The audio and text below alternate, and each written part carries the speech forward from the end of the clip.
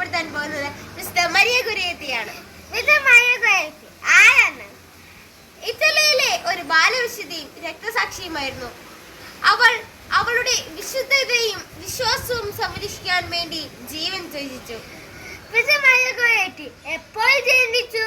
1890 October 16 ഇറ്റലിയിൽ ജനിച്ചു. മാതാപിതാക്കളുടെ പേരെന്താണ്?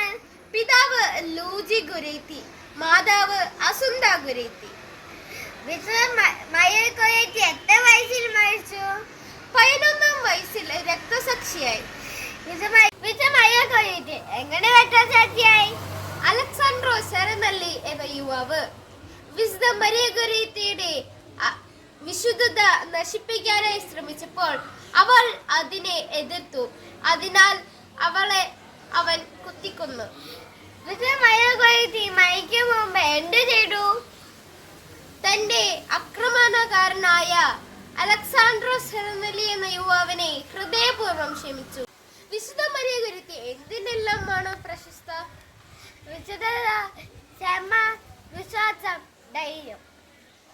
വിശുദ്ധ മരിയ ഗുരേത്തിയുടെ തിരുനാൾ എപ്പോഴാണ് ആഘോഷിക്കുന്നത്? ജൂലൈ 6. വിശുദ്ധ മരിയ ഗുരേത്തിയെ ആരാണ് വിശുദ്ധിയായി പ്രഖ്യാപിച്ചത്? പിയൂസ് 1950. വിശുദ്ധ മരിയ ഗുരേത്തി ആർക്കെല്ലാമാണ് രക്ഷാധികാരി?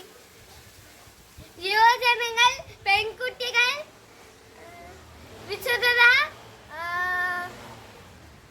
ക്ഷമ, ലൈംഗിക അതിക്രമത്തിൽ ഇരയായവർ.